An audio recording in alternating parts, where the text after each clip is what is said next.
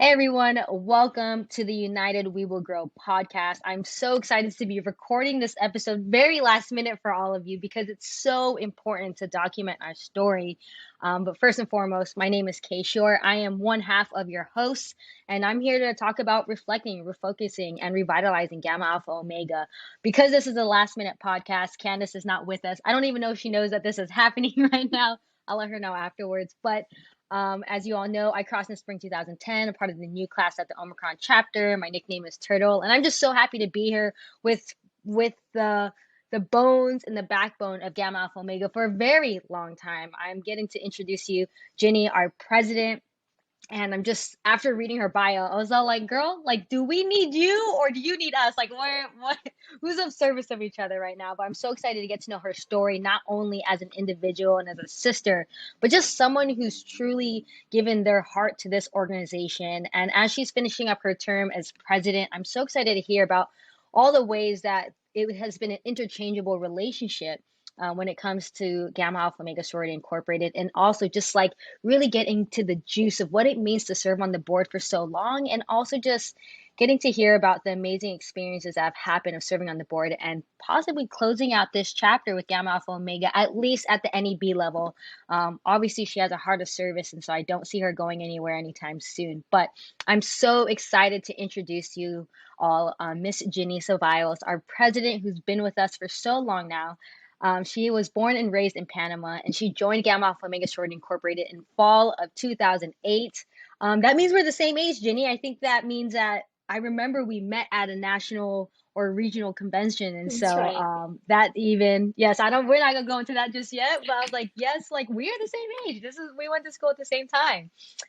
So she's an exchange student, y'all, from Cal Poly Humboldt in Arcata, California.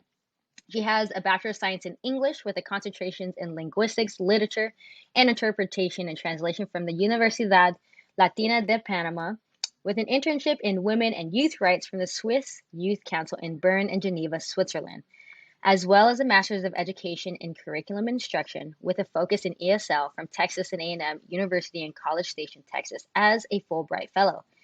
She has served in multiple leadership roles, including regional rep and national delegate of Panama's Youth Council, vice president and president of Texas A&M's International Student Association, as well as service chair and vice president of Texas A&M's Graduate and Professional Community Club and outreach chair for the Graduate Student Council. Within Gamma, Jenny is a lifetime member of the National Alumni Association, has held membership in the Greater Houston Alumna Chapter, and has served the sorority as Vice President of Philanthropic Affairs, Midwest South Director of Expansion, Director of Chapter Operations, and Alumna Advisor for Alpha Epsilon Chapter. Currently, she serves as the National President of Gamma Alpha Omega Sorority Incorporated while pursuing a doctoral degree in bilingual education and working full time as an ESL instructional coach for International Leadership of Texas. So I'm so excited to introduce you, Jenny. Thank you so much for being on the show last minute. Thank you for having me and for being so patient because my calendar, it's my plan is all over the place. Right. And so exactly what we were talking about earlier. I was like, girl, you have done so much. And I'm curious as to like how has Gamma like influenced that, or was that you really taking that on your own and then being like being a part of a sorority is only going to make this experience better. You just obviously have such a heart of service. So tell us more about where that came from and how Gamma has played a part in all that. And thank you again for having me. So excited. um, I think I've always been drawn to service, giving back to the community. Back home, I started involved with leadership organizations when I was 13, I believe, and went Wow. into being the national president of that organization just 3 years later.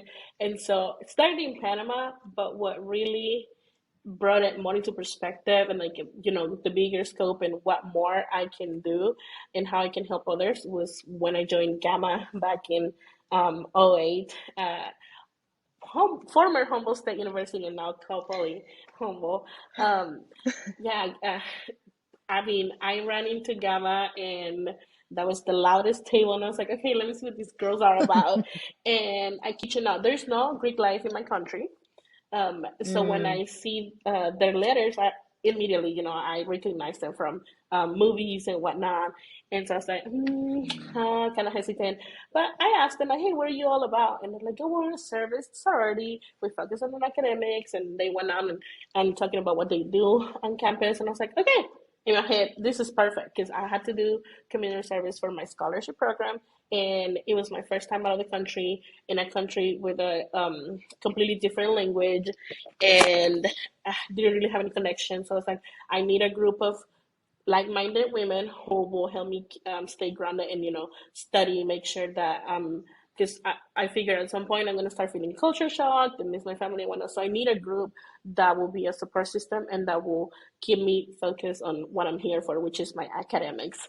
And that's how it all started. I mean, fast forward to 2023, it's going to be what, 15, 13 years? I can do the math right now.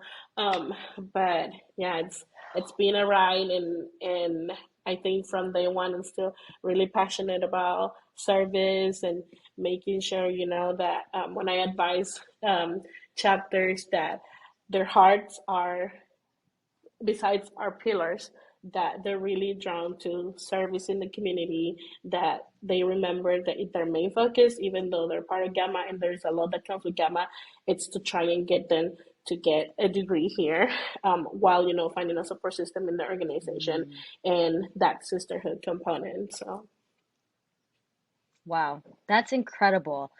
So I'm curious, we just got done reading your bio, and I'm just like, what is she working towards? How are these all stepping stones to the vision that you see of yourself? it's crazy because I never thought I would end up in education, which is what I do for a living now. Um, I think that's crazy. I never wanted to be a teacher, but it happened. And I fell in love with it really my last year of high school. Panama, it's a little different. When you're in high school, you're already studying, focusing on what you want to do for the rest of your life. And I didn't know that it was going to be teaching. Mm, And so my last year, um, I had to go student teach for 1 month in a rural community and 1 month in an urban community. And when I went to the rural community, it was mind blowing. Like I taught first grade, and I had students that would walk 3, 4 hours to school to get an education coming from the wow, mountains. Half of them didn't have uniforms. Most of them didn't have shoes. wow, Sometimes, I mean, I in the north of Panama, it's all rainforest. So some days they will get to school soaking wet. Their only meals were at school, and that really opened my eyes. Like I knew there was poverty out there and a desire for an education, but it wasn't until I experienced it that I was like, wow, like this is what I want to do. Like I knew I have a wow. talent, like teaching. That's one thing that I can say proudly that I do well. And I thought, you know what? People always say, be the change you want to see in the world.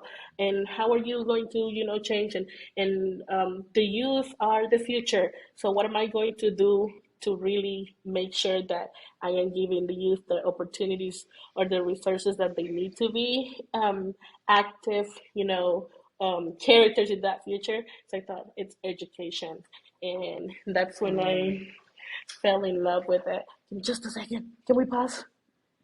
Yeah, yeah, yeah, give me 1 second.